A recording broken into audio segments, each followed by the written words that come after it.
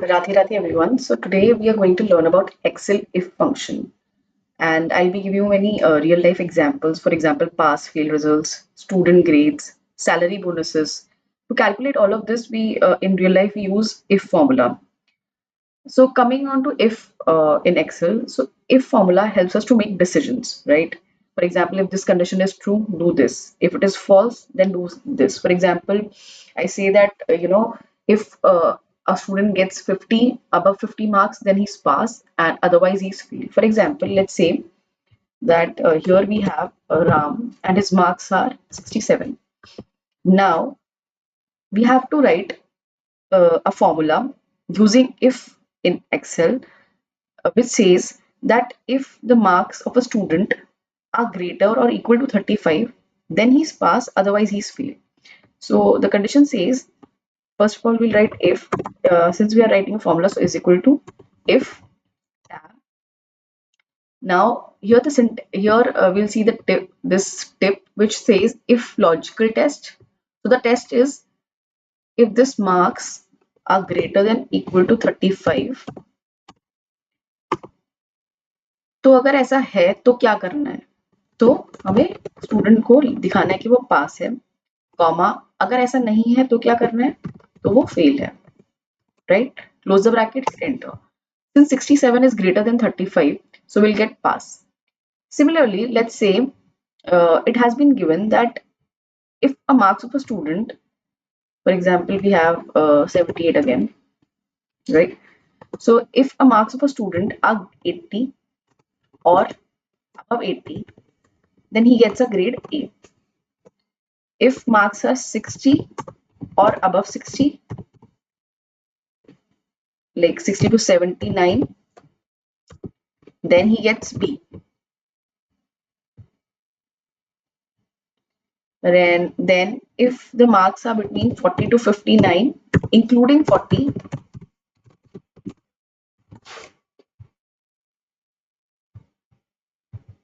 then he gets grade C. Again, if the marks are below 40, then he's failed. Now you have to write a formula using all of this, and the marks obtained by the student are 78. So what we'll do is we'll write is equal to if tab. The first condition says that if the marks of a student are 80 or above 80, so the marks given are in A4.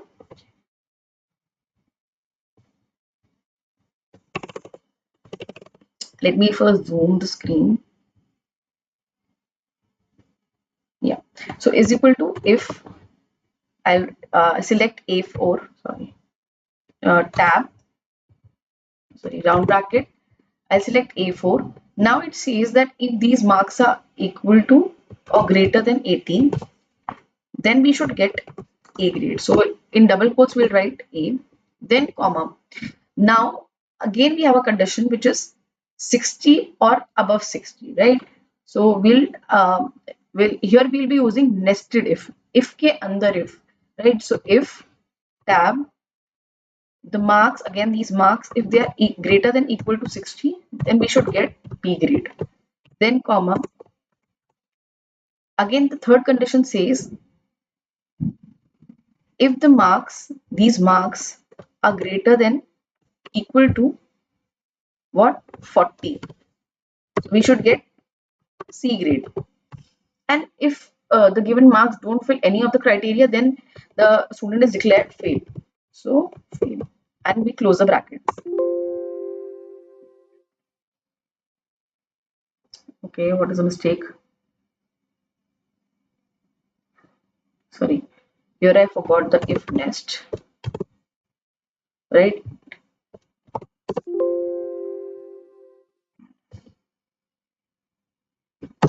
Okay, so we got a B grade. So 78 lies between 60 to 79, so that is why B grade. If I change this grade to let's say okay 40, so we should get C. So C, we got C now. Now let's say we change it to 32, so then it changes to fail, right?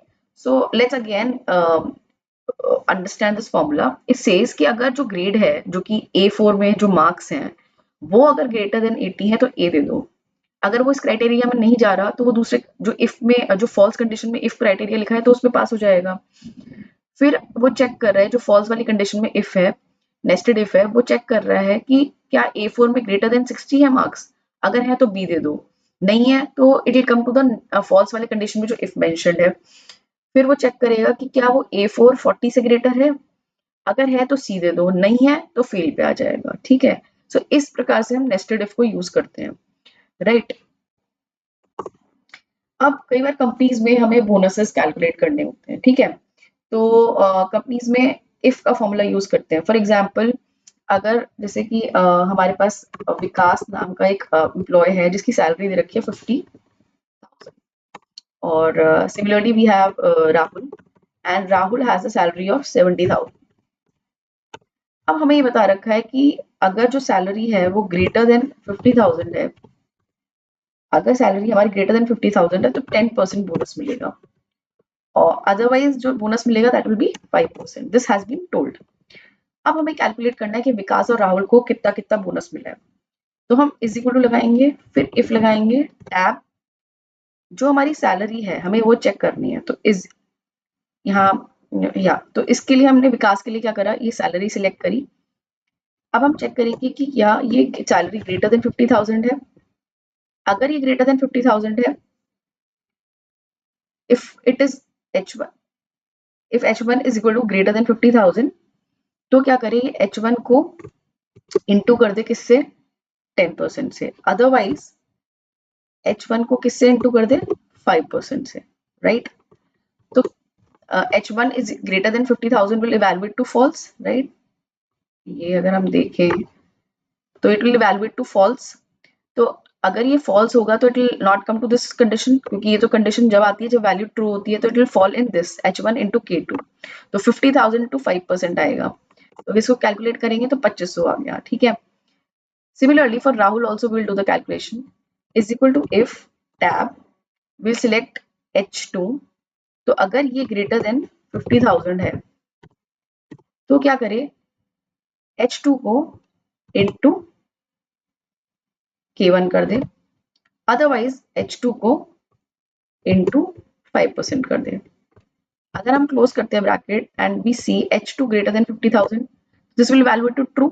तो अगर ये true हुआ तो ये इस वाली condition पे आएगा, H2 इंटू K1 हो जाएगा, तो 70,000 इंटू 10% हो जाएगा, राइट।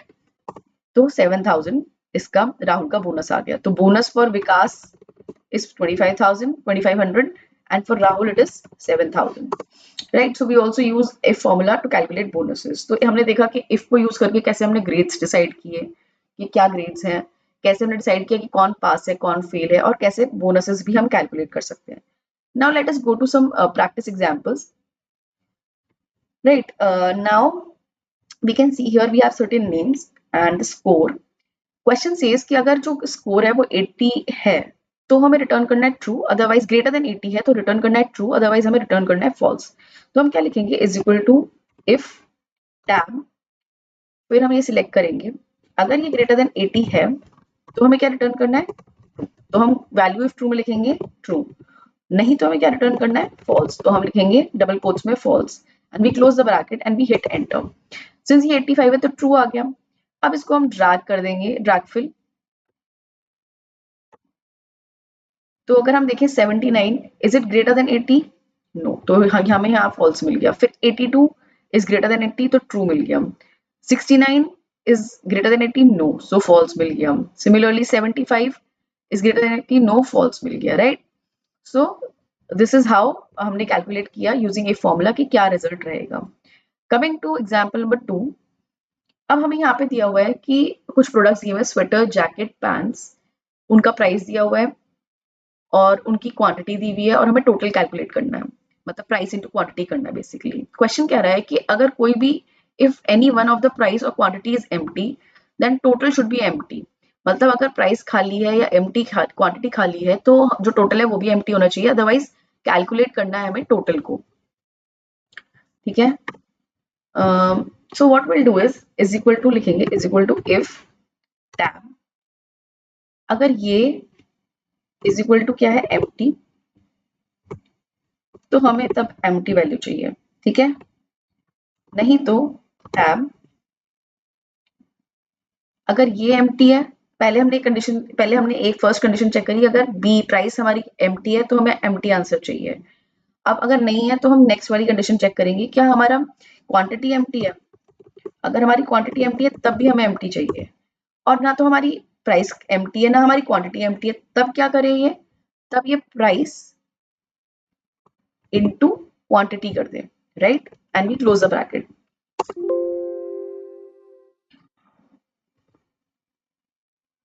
हाँ, तो यहाँ पे मैंने डबल राउंड ब्रैकेट नहीं लगाया था, क्योंकि ये जो बाहर आउटर इफ है ये इससे क्लोज होगा। Hit enter, what we see is कि यहाँ पर प्राइस खाली है, प्राइस नहीं है, तो इसीलिए इसने इसको एम्प्टी छोड़ दिया। If I drag fill it, तो अब सेकंड वाले पे आए, तो इधर हम देखेंगे कि out of price and quantity the second quantity is empty, तो it will come to C3। C3 में C3 एम्प्टी है, तो इसीलिए इसने हमें एम्प्टी दे दिया।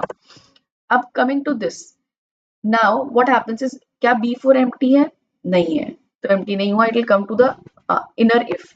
नाउ इज C4 एम्प्टी, नहीं है, so it will come to the false condition of inner if which is B4 into C4, तो 15 इंटू 10 हो जाएगा। अब 150 इसका आंसर आ गया, राइट। तो यहाँ पे भी हमने नेस्टेड इफ यूज करके इस क्वेश्चन को सॉल्व किया। कमिंग टू एग्जाम्पल 3, यहाँ पे हमें क्या दे रखा है, एक ऑर्डर नंबर दे रखा है, उनका प्रोग्रेस बता रखा है कि वो इन ट्रांजिट है, अननोन है या डिलीवर्ड है। अगर डिलीवर्ड है तो उनकी डेट्स दे रखी हैं, और स्टेटस हमें ये बताना है स्टेटस क्या है। तो क्वेश्चन कह रहा है कि अगर प्रोग्रेस डिलीवर्ड है, अगर प्रोग्रेस में डिलीवर्ड लिखा हुआ है और डिलीवरी डेट एम्प्टी नहीं है, दोनों कंडीशंस ट्रू हैं, तो मार्क करना है ऑर्डर को क्लोज्ड, ठीक है। और अगर कोई भी कंडीशन फॉल्स है या दोनों फॉल्स है, मतलब कि अगर प्रोग्रेस डिलीवर्ड नहीं है और ये डिलीवरी डेट एम्प्टी है, दोनों में से कोई भी चीज ट्रू हो जाती है या दोनों चीज में से कोई भी चीज फॉल्स हो जाती है, जैसे कि प्रोग्रेस डिलीवर्ड नहीं है या फिर डिलीवर डेट एम्प्टी है या फिर दोनों ही चीज है, तो आपको क्या करना है, आपको रिटर्न करना है,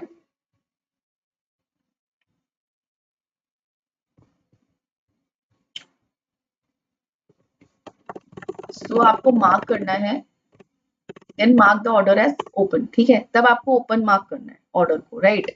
तो हम क्या करेंगे, हमें पता है, हम यहाँ पे एक हेल्पर कॉलम बनाते हैं, ठीक है, हेल्पर कॉलम बनाया हमने। अब उसमें हमें दो कंडीशंस चेक करनी है कि डिलीवर्ड और प्रोग्रेस डिलीवर्ड है, तो एंड लिखा हमने, टैब दबाया, ये हमारा क्या होना चाहिए, इज इक्वल टू डिलीवर्ड, ठीक है। और जो नेक्स्ट कंडीशन है वो ये है कि ये should not be equal to, not equal to ऐसे लिखते हैं, और ये नहीं होना चाहिए एम्प्टी के बराबर।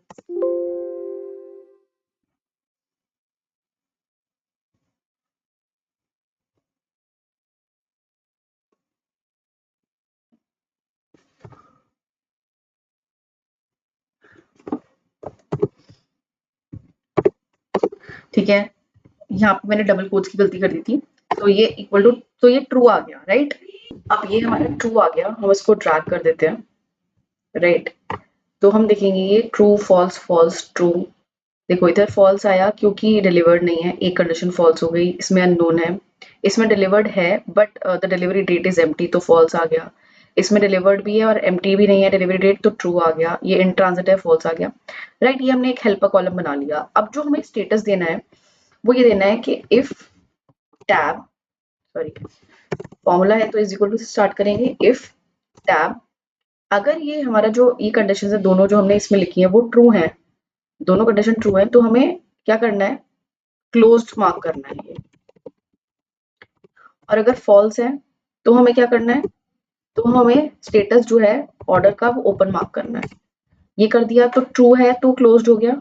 फिर इसको हम ड्रैग कर देंगे, तो जहां जहां फॉल्स है वहां हमने ओपन रख दिया इसको, और जहां ट्रू है वहां हमने इसको क्लोज कर दिया, राइट।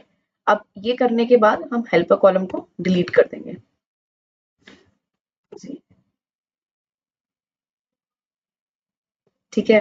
अगर हमने ये हेल्पर कॉलम डिलीट कर दिया, तो ये इसका रेफरेंस दे रहा है, तो ये डिलीट हो जाएगा, मतलब क्लोज जो है E2 को रेफर कर रहा है, रेफरेंस में E2 है, तो फिर वो भी डिलीट, उसमें एरर आ जाएगी। तो हम क्या करेंगे, इसको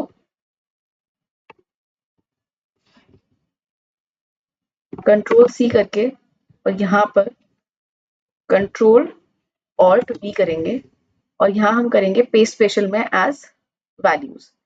ठीक है, ओके करेंगे तो अब हम, ठीक है, फिर हम इसको अब डिलीट कर सकते हैं, डिलीट, और इधर भी इनको डिलीट कर सकते हैं और ये हम कंट्रोल एक्स करके और इधर कंट्रोल वी कर देंगे, राइट।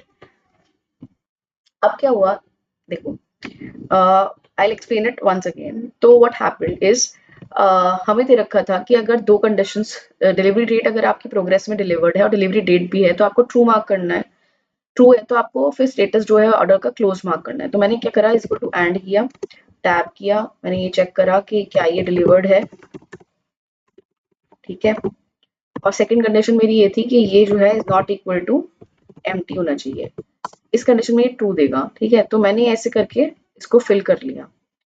तो अब ये मेरा हेल्पर कॉलम है। अब मुझे क्या चाहिए, इस हेल्पर कॉलम के बेसिस पे मैं स्टेटस डिसाइड कर रही हूँ। इसको मैं यहाँ पे स्टेटस कर देती हूँ और यहाँ से मैं ये हटा देती हूँ, डिलीट कर दिया मैंने, ठीक है। अब is equal to if tab, अगर ये मेरा ट्रू है तो मुझे मार्क करना है स्टेटस एज क्लोज्ड, और अगर ये फॉल्स है, अगर ट्रू नहीं है तो मुझे करना है इसको ओपन, राइट। ये क्वेश्चन कह रहा है कि if either condition is false और both are false then mark the order as open. तो मैंने इसको क्लोज कर दिया क्योंकि यहाँ पे ट्रू कंडीशन आई है। फिर मैंने इसको ड्रैग फिल किया तो जहां जहां फॉल्स है वहां ओपन आ जाएगा। अब क्या होगा कि अगर मैं इस हेल्पर कॉलम को डिलीट कर देती हूँ, सपोज मैं इस हेल्पर कॉलम को डिलीट करती हूँ, तो ये सारा जो स्टेटस था मेरा वो इसको रेफर कर रहा था, तो ये सारा ओपन हो गया क्योंकि ये एम्प्टी हो गया, राइट। तो इसीलिए मैं कंट्रोल सी कर दूंगी। अब मैं क्या करूंगी, इनको करूंगी select control C and I come here in D column and I press control alt V, paste special dialog box open होगा and I paste these all as values, right. तो मैं करूंगी ओके। अब नाउ आई कैन, अब मेरा काम हो चुका है, अब मैं इस हेल्पर कॉलम और स्टेटस को डिलीट कर सकती हूँ। So we have solve this कि अगर हमारा ऑर्डर, अगर ऑर्डर में प्रोग्रेस डिलीवर्ड है और उसमें डिलीवरी डेट भी है तो हमें स्टेटस को क्लोज रखना है, और अगर इन दोनों में से कोई भी कंडीशन फॉल्स है तो हमें स्टेटस को मार्क करना है ऑर्डर के open, right. So we have used the if formula here. If में combined था and, अगर हमने यहाँ पे मैंने हेल्पर कॉलम बना दिया था, हम इसको ऐसे भी लिख सकते थे, is equal to if tab फिर एंड टैब। फर्स्ट कंडीशन क्या चेक करनी है कि this is equal to delivered होना चाहिए, second this is not empty, and की कंडीशन क्लोज हो गई। अब ये दोनों अगर ट्रू हैं तो हमें क्या करना है, इसको मार्क करना है, इसको मार्क करना है हमें क्लोज्ड अगर ये ट्रू है, otherwise we have to mark the status of the order as open. Will close the bracket, hit enter. ये हमने डायरेक्ट कर लिया, यहाँ पे हमने हेल्पर कॉलम बना के किया था, and will drag fill and will see all the values will match, right. आप इसको ऐसे भी कर सकते थे। So this is all about if formula. Now if you found this helpful then please like, share and subscribe for more Excel tutorials. In the next video we'll be learning more about advanced Excel formula. Thank you for watching.